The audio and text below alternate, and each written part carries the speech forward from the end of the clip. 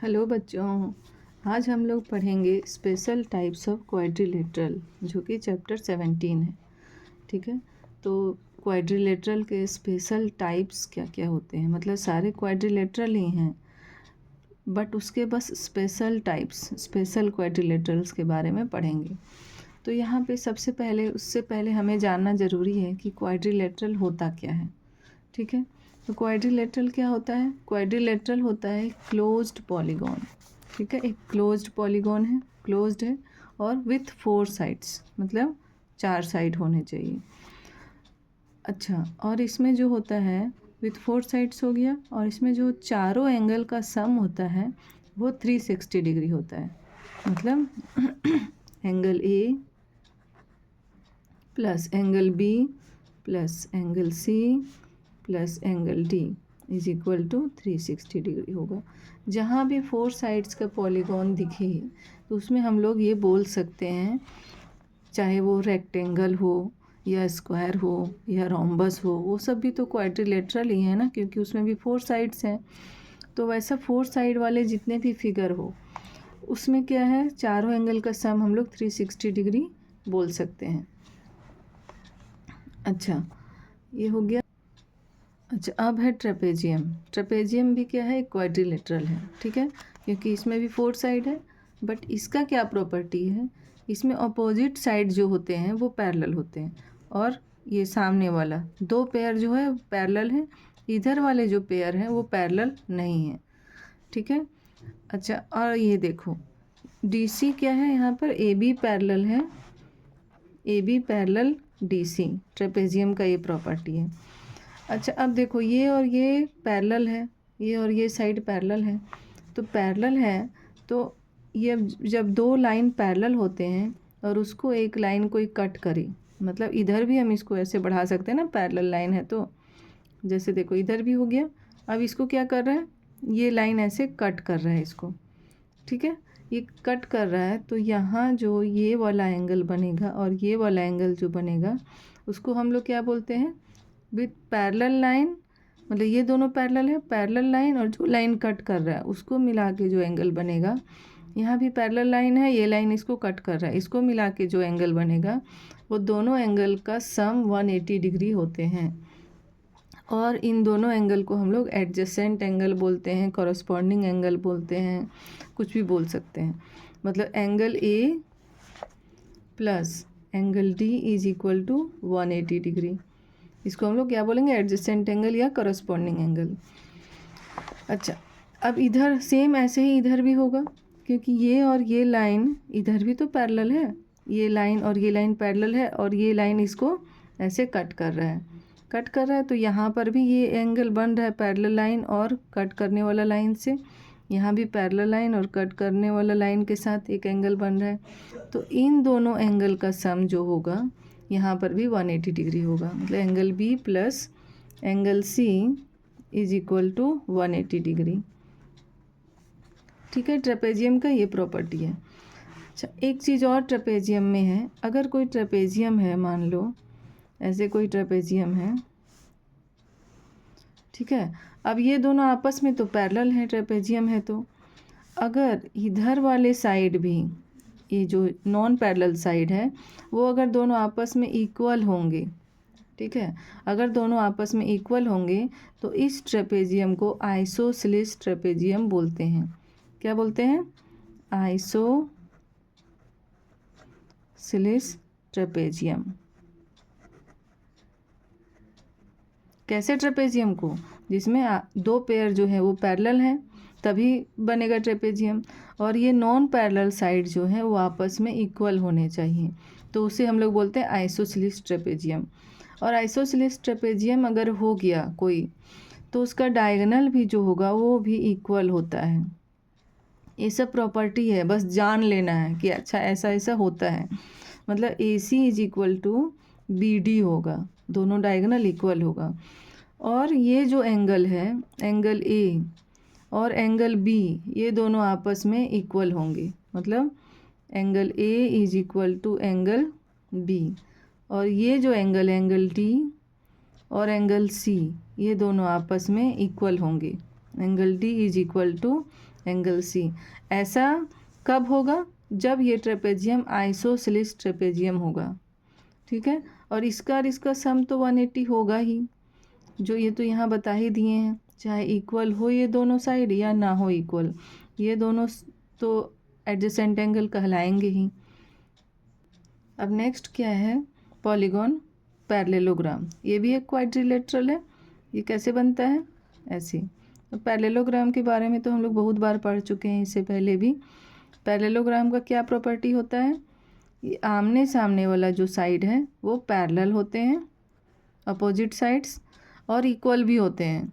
अच्छा, और इधर वाले भी जो अपोजिट साइड हैं BC और DC, ये भी दोनों आपस में पैरेलल होंगे और इक्वल होंगे, ठीक है। इसका यही प्रॉपर्टी होता है। और एक होता है ये डायगोनल जो है इसका, जो इसका डायगोनल होता है वो पैरेललोग्राम को बाइसेक्ट करता है। मतलब ये डायगोनल खींच दिए तो यहाँ पर पैरेललोग्राम से क्या हुआ? 2 ट्रायंगल बन गया, एक इधर और एक इधर। तो ADC जो ट्रायंगल है वो ABC के इक्वल होगा, ठीक है। मतलब जितना शेप, साइज, साइड वगैरह जो भी इस ट्रायंगल का होगा सेम इसका भी होगा। तो ट्रायंगल दोनों जो होगा वो इक्वल होगा। अच्छा, इस चैप्टर को समझने से पहले कुछ और चीज़ समझना ज़रूरी है। जैसे इसमें इस चैप्टर में कॉन्ग्रुएंसी के बारे में बताया गया है, जो कि क्लास 9 में होता है। कॉन्ग्रुएंसी का एक पूरा चैप्टर है, बट इसमें आप लोग को दे दिया है जो कि कॉन्ग्रुएंसी के बारे में कुछ नहीं बताया। बस कॉन्ग्रुएंसी बोल रहा है कि ये और ये ट्रायंगल कॉन्ग्रुएंट है, बट कॉन्ग्रुएंट होता क्या है ये तो पहले जानोगे तभी ना पता चलेगा। तो सबसे पहले हम लोग समझते हैं कि कॉन्ग्रुएंसी होता क्या है। जहाँ भी कॉन्ग्रुएंसी का बात आएगा हम लोग 2 ट्रायंगल के बारे में सोचेंगे। जैसे मान लो एक ट्रायंगल ये है, ठीक है, और एक ट्रायंगल यहाँ पर है। 2 ट्रायंगल हम लोग लिए, इसका नाम हम लोग देते हैं ABC और इसका नाम दे देते हैं DEF। अब दोनों ट्रायंगल को हम लोग कॉन्ग्रुएंट कब बोलेंगे कि ये दोनों ट्रायंगल कॉन्ग्रुएंट है? कैसे बोल सकते हैं? कॉन्ग्रुएंट कोई भी 2 ट्रायंगल तभी होता है जब इसका जो है, जैसे एक ये AB साइड है तो ये साइड इसका किसी एक साइड से इक्वल हो। जैसे AB साइड है वो DE साइड के इक्वल हो, मान लो। BC जो साइड है वो EF के साइड हो, इक्वल हो। AC जो है वो DF के इक्वल हो। ऐसा नहीं कि AB जो है DE के इक्वल है, BC भी DE के इक्वल है, ऐसा नहीं होना चाहिए। सब अपना अलग अलग साइड से इक्वल होना चाहिए और एंगल भी इक्वल होने चाहिए आपस में। जैसे यहाँ एंगल B मान लेते हैं तो एंगल B किसके इक्वल होना चाहिए? एंगल E के। एंगल A अगर लिए तो एंगल A एंगल D के इक्वल होना चाहिए, और एंगल C अगर ले लिए तो एंगल C एंगल F के इक्वल होना चाहिए, ठीक है। मतलब दोनों ट्रायंगल आपस में बिल्कुल भी समान होना चाहिए। अगर इस ट्रायंगल को हम कटिंग करके उठाएंगे और इस ट्रायंगल के ऊपर रख देंगे तो ये पूरा कवर हो जाना चाहिए अच्छे से। तो कॉन्ग्रुएंट उसी को बोलते हैं। ऐसा नहीं कि इस ट्रायंगल का तीनों साइड आपस में इक्वल हो जाए, आपस में एंगल इक्वल हो जाए, तो ऐसे नहीं। कॉन्ग्रुएंट में हम लोग 2 ट्रायंगल के बारे में हमेशा सोचते हैं और दोनों ट्रायंगल आपस में एकदम सेम होना चाहिए, इक्वल होना चाहिए। मतलब इक्वल कैसे होगा? जब इसका एक साइड इसके एक साइड से इक्वल हो, इसका ये साइड इसके दूसरे साइड से इक्वल हो, तभी ना आपस में बैठेगा। मतलब इसको कटिंग करके अगर हम लोग बैठाएंगे तो दोनों एक दूसरे में आपस में बैठ जाना चाहिए, एक दूसरे के साथ एकदम। मतलब कहीं भी गैप नहीं रहेगा, कहीं से साइड वाइड निकला हुआ नहीं रहेगा, तो उसको हम लोग बोलते हैं कॉन्ग्रुएंट।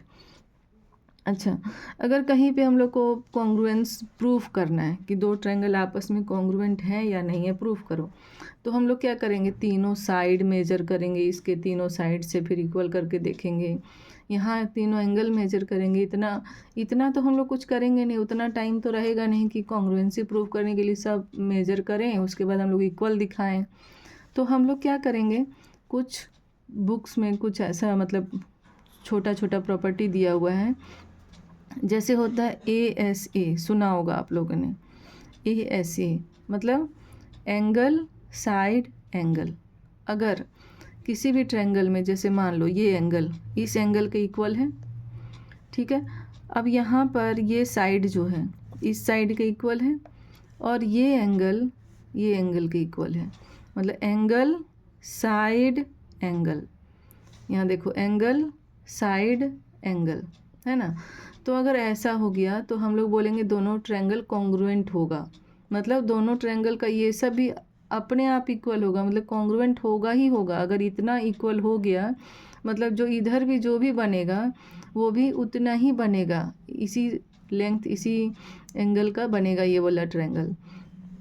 तो हम लोग ए एस ए से बस इतना 3 चीज़ अगर हम लोग दिखा दिए कि ये और ये इक्वल है, ये साइड इस साइड के इक्वल है, ये एंगल के इक्वल है, तो हम लोग बोल देंगे कि दोनों ट्रायंगल क्या है, कॉन्ग्रुएंट है। अब कॉन्ग्रुएंट को हम लोग कैसे लिखते हैं, A B C triangle congruent prove कर रहे हैं ना, तो triangle A B C congruent ऐसे हम लोग साइन देते हैं, ठीक है। ये बड़ा हो गया थोड़ा, ट्रायंगल डी ई एफ, ठीक है। यहाँ पे घिस हो गया, यहाँ लिख देते हैं triangle A B C congruent triangle D E F, ऐसे हम लोग बोल सकते हैं। कैसे, बाय ए एस ए, मतलब एंगल साइड एंगल। अच्छा, एक और होता है S S S S S S, तो इससे भी हम लोग ट्रायंगल को कॉन्ग्रुएंट बोल सकते हैं। इसका क्या हुआ full form, side side side, मतलब ए बी साइड इस डी ई साइड के इक्वल हो गया, अगर बी सी साइड इस ई एफ साइड के इक्वल हो गया, और ए सी साइड डी एफ साइड के इक्वल हो गया, तो हम लोग बोल सकते हैं कि ट्रायंगल दोनों कॉन्ग्रुएंट है। एस एस एस से भी बोल सकते हैं, ठीक है। अच्छा, एक और होता है एस ए एस, इसको हम लोग क्या बोलेंगे, साइड एंगल साइड।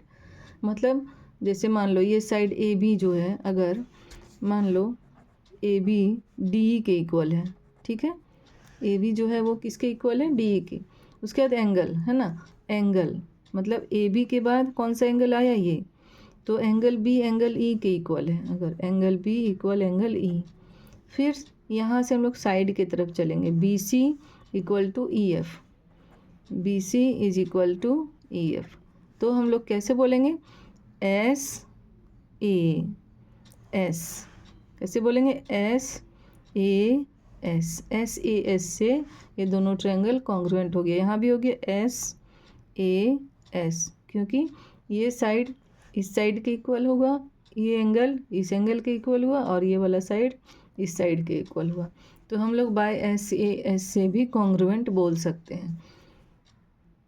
अच्छा, एक चीज़ और है, जैसे अगर एस ए एस से कॉन्ग्रुएंट बोले हम लोग दो ट्रायंगल को, तो ऐसा नहीं हम लोग कर सकते हैं कि ये साइड जो है इस साइड के इक्वल हुआ, और ये साइड इस साइड के इक्वल हुआ, और फिर कोई एक एंगल इधर वाला इस एंगल के इक्वल हुआ, ऐसे नहीं होना चाहिए। प्रॉपर जिस सीरीज में ये दिया हुआ है उसी सीरीज में यहाँ पर हम लोग को दिखाना है कि ये ऐसे ऐसे इक्वल है, तभी ना। अगर यहाँ इतना इक्वल हो गया किसी ट्रायंगल का, तो हम लोग कटिंग करेंगे तो ऐसे जब बैठाएंगे तो यहाँ तो बैठ ही जाएगा। अब ये एंगल और ये एंगल इक्वल है, ये साइड और ये साइड इक्वल है, ऐसे तो हम लोग यहाँ से यहाँ कटिंग करके बैठाएंगे तो बैठ जाएगा। अब यहाँ ये साइड इस साइड के इक्वल है, इस साइड को हम लोग इस साइड से इक्वल कर दिए, कहीं से ये एंगल इक्वल कर दिए, मतलब अपना मनमानी कुछ भी हम लोग नहीं कर सकते हैं। एक सीरीज जैसे दिया हुआ है वैसे ही चलना है। तो हम लोग बोल सकते हैं कि triangle A B C congruent to triangle D E F, ठीक है। लग रहा होगा कि बहुत टफ है, लेकिन जब इसको तुम लोग 2-3 बार बना लोगे, प्रैक्टिस कर लोगे, तो इजी लगने लगेगा वाह, इसमें कोई कैलकुलेशन नहीं है, कोई कुछ भी नहीं है, बस इसमें क्या है, अपना लॉजिक लगाना है, अपना तर्क देना है, लॉजिक लगाना है कि हाँ अच्छा ऐसे ऐसे होगा, उसके बाद प्रूफ करना है, ये नहीं कि कैलकुलेट करना है, ऐसा कुछ भी नहीं है इसमें। अच्छा, इसमें जो क्वेश्चन दिया हुआ है देखो, ये पैरेललोग्राम है या थ्योरम 2 है, तो थ्योरम को प्रूफ करने का एग्ज़ाम में आएगा नहीं। अगर आएगा तो कमेंट करके बताओ कि एग्ज़ाम में आता है आप लोग के स्कूल में, तो मैं इसे भी बताऊंगी प्रूफ करके पूरा एकदम इजी वे में। यहाँ बहुत सारे दिया हुआ है थ्योरम, मतलब थ्योरम को जानना ज़रूरी है। आप प्रूफ करो या ना करो, थ्योरम को जानना ज़रूरी है कि थ्योरम क्या बोल रहा है, क्योंकि थ्योरम को हमको यूज़ करना है आगे जाके क्वेश्चन सॉल्व करने के टाइम में। तो ये क्या बोल रहा है, in a parallelogram opposite sides are equal. ये हमें पता है कि पैरेललोग्राम में अपोजिट साइड्स क्या होते हैं, पैरेलल और इक्वल होते हैं। Opposite angles are equal, parallelogram में अपोजिट एंगल्स भी इक्वल होते हैं। जैसे ये पैरेललोग्राम है, तो अपोजिट एंगल्स कौन सा हुआ, बी और डी, ए और सी। तो ए सी आपस में इक्वल होगा और बी और डी आपस में इक्वल होगा। उसके बाद है each diagonal bisect the parallelogram. मतलब डायगोनल अगर हम लोग खींचे, ड्रॉ किए पैरेललोग्राम में, तो क्या करेगा वो, पैरेललोग्राम को बाइसेक्ट कर देगा दो इक्वल पार्ट में। इक्वल पार्ट मतलब क्या, ये ट्रायंगल और ये ट्रायंगल कॉन्ग्रुएंट कहलाएगा। कॉन्ग्रुएंट ही ना इक्वल होता है, मतलब इसका एकदम ये साइड इस साइड के इक्वल हुआ, ये साइड इस साइड के। अगर कटिंग करके हम लोग इसमें बैठाना चाहें तो दोनों ट्रायंगल आपस में क्या होगा, बैठ जाएगा एक दूसरे साथ। तो each diagonal bisect the parallelogram मतलब उसको दो ट्रायंगल में बांट देता है।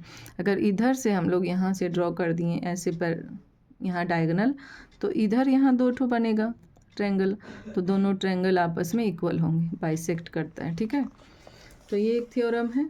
अच्छा, थ्योरम एक 3 है, देखो, the diagonals of a parallelogram bisect each other. मतलब जो पैरेललोग्राम का डायगोनल्स है वो एक दूसरे को बाइसेक्ट करता है। मतलब अगर हम लोग दो डायगोनल खींच दिए हैं तो क्या होगा, D O is equal to O B. Bisect मतलब होता है एकदम इक्वल पार्ट में बांट दिया। D O is equal to O B और A O is equal to O C. अभी यहाँ हम लोग ऐसे ही बस जान ले रहे हैं, इसको प्रूव भी करना है यहाँ पे थ्योरम में। अगर प्रूव करने का आता है एग्जाम में तो बताना, मैं प्रूव करके बताऊँगी। तो ये बस हमें जानना है कि A O is equal to O C होता है। कैसे होता है वो यहाँ पे प्रूव किया हुआ है। अच्छा, अब यहाँ देखो क्या है, theorem 4, if a pair of opposite sides of a quadrilateral are equal and parallel, it is a parallelogram. It is a parallelogram. ठीक है, if a pair of opposite sides of quadrilateral are equal, मतलब कोई भी quadrilateral है, अगर जैसे एक quadrilateral है मान लो, अगर इसका जो पेयर ऑफ अपोजिट साइड्स है, मतलब अगर ये और ये अपोजिट साइड है, ये दोनों अगर आपस में इक्वल हैं और ये इक्वल है आपस में, तो इस हम लोग क्वाड्रिलेटरल को पैरेललोग्राम लिख सकते हैं कि नहीं, ये पैरेललोग्राम है, ये क्वाड्रिलेटरल।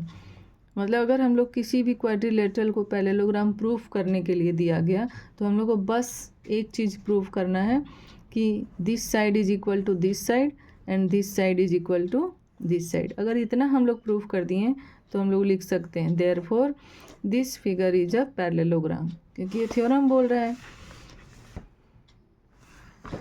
नेक्स्ट क्या है, रेक्टेंगल के बारे में। A quadrilateral is a rectangle. कोई भी क्वाड्रिलेटरल रेक्टेंगल कब होता है, when its opposite sides are equal.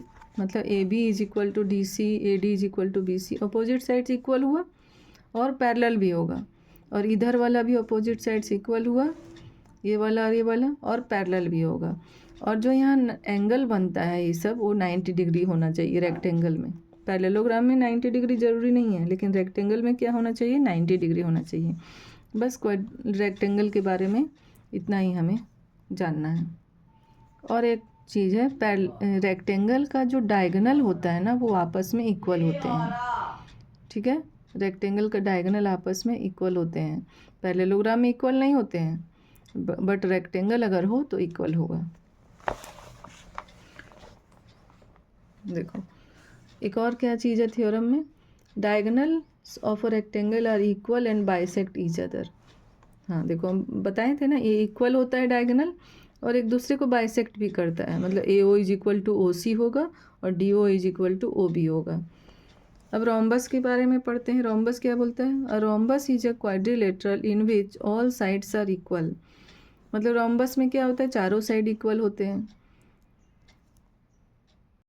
और रोम्बस में क्या होता है, रोम्बस का जो डायगोनल होता है वो एक दूसरे को बाइसेक्ट करता है। बाइसेक्ट तो करता ही है, बट 90 डिग्री में बाइसेक्ट करता है। ठीक है, ये रोम्बस का है। पैरेललोग्राम इस सब में सिर्फ बाइसेक्ट करता है, बट रोम्बस में बाइसेक्ट विथ 90 डिग्री। मतलब यहाँ जितना भी एंगल ये सब बनेगा चारों साइड, वो सारा 90 डिग्री होगा, एक दूसरे को 90 डिग्री में बाइसेक्ट करता है। तो रोम्बस के बारे में इतना ही जानना था हमें। उसके आगे देखते हैं क्या है। थ्योरम 6 है, diagonals of a rhombus bisect each other eight right angle. जो अभी हम लोग पढ़े वही है, diagonals of a rhombus bisect each other eight right angle. ठीक है, बस रोम्बस के बारे में इतना ही जानना है। अब स्क्वायर के बारे में, सारा मैं एक जगह समरी लिख के सभी पिक्चर के बारे में दे दूँगी। तो अभी स्क्वायर के बारे में देखो। Square is a quadrilateral in which all sides are equal and each angle is 90 degree. हाँ, तो स्क्वायर के बारे में तो बचपन से पढ़ते आ रहे हो कि सारे साइड इक्वल होते हैं और सारे एंगल क्या होते हैं, 90 डिग्री होते हैं। और स्क्वायर का जो डायगोनल होता है वो भी इक्वल होता है और एक दूसरे को 90 डिग्री में बाइसेक्ट करता है। देखो, diagonals of a square are equal and bisect each other at 90 degree.